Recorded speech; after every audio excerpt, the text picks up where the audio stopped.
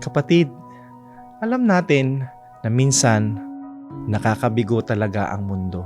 Baka nga hindi lang minsan baka nga madalas pa. Faith check, ang daming mga balita, mga pangyayari na parang walang katapusan ang problema. Ang pamahal ng pamahal na bilihin, ang mga biglaang away sa kalsada at pati na rin ang maraming hindi pagkakaunawaan. Talagang mapapatanong ka na lang, may pag-asa pa ba?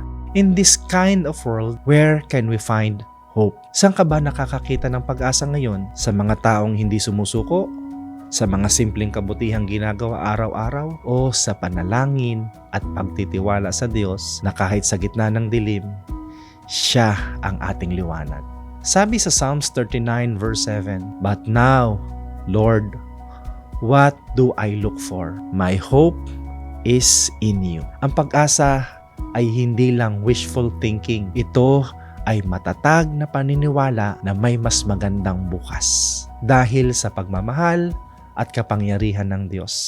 Kaya, sa faith check, tanungin mo, where should I put my hope in? Sana sa Diyos na hindi nagbabago, na nagbibigay lakas kahit sa mahirap na panahon.